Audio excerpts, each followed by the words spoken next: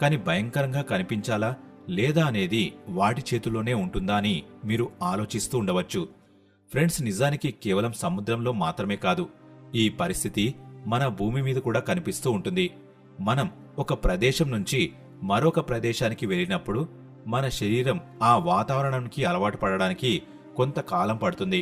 అందుకనే మన శరీరంలో చాలా మార్పులు జరుగుతూ ఉంటాయి.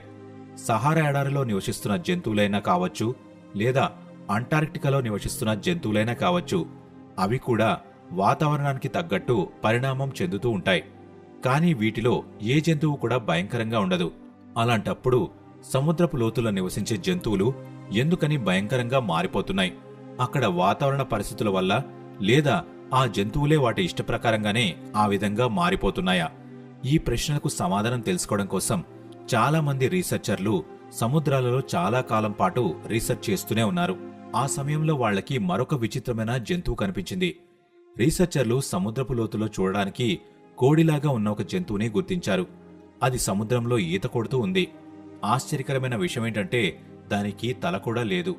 యాక్చువల్గా 2018లో ఆస్ట్రేలియాకి చెందిన కొంతమంది రీసెర్చర్లు అంటార్క్టికాలోని సముద్ర లోతుల్లో రీసెర్చ్ చేయడానికి వెళ్లారు. వాళ్లు తమ కెమెరాలతో ఫిషింగ్ స్పాట్స్ కోసం వెతుకుతూ ఉన్నారు. కాని అప్పుడే వాళ్లకి ఒక ఎరుపు రంగు జీవి కనిపించింది.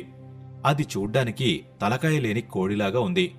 అంటార్క్టికా లాంటి ప్రదేశంలో ఇలాంటి జీవి కనిపించడం ఒక సాధారణమైన విషయం కాదు. సైంటిస్టులు కూడా ఈ జీవి ఏంటో అసలు కనిపెట్టలేకపోయారు. ఈ జంతువుని చాలా దగ్గర నుంచి గమనించినప్పుడు దీనికి కేవలం ఒక రంధ్రం మాత్రమే ఉందని తెలిసింది. దాని ద్వారానే అది ఊపిరి తీసుకుంటుంది, అలానే ఆహారం కూడా తీసుకుంటుంది.